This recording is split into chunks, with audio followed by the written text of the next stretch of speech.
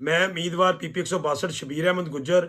मैं अपने हलके से 32,000 की लीड से जीत रहा हूं। तमाम फॉर्म 45 फॉर्म मेरे पास मौजूद हैं। मेरी टीम आरओ के दफ्तर रिजल्ट लेने के लिए सारी रात बैठी रही। सुबह 6 बजे पुलिस ने रेड किया और पूरा दफ्तर पुलिस ने घेर लिया और मेरे वकला को, मेरे वोटर सपोर्टर को बाहर निकाल दिया और मुझे रिजल्ट नहीं दिया गया।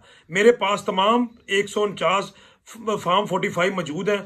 मेरी लीड उसके मुताबिक 32,000 मेरी लीड बनती है और मैं इंशाल्लाह जीत चुका हूं और इंशाल्लाह मैं कोर्ट में जाऊंगा अगर ये मेरा रिजल्ट नहीं देंगे। आप सबका बहुत शुक्रिया। मैं उम्मीदवार पीपी 162 शबीर अहमद गुज्जर।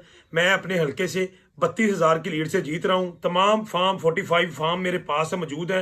मेरी टीम आरओ के दफ्तर रिजल्ट लेने के लिए सारी रात बैठी रही। सुबह 6 बजे पुलिस ने रेड किया और पूरा दफ्तर पुलिस ने घेर लिया और मेरे वकला को, मेरे वोटर सपोर्टर को बाहर निकाल दिया और मुझे रिजल्ट नहीं दिया गया।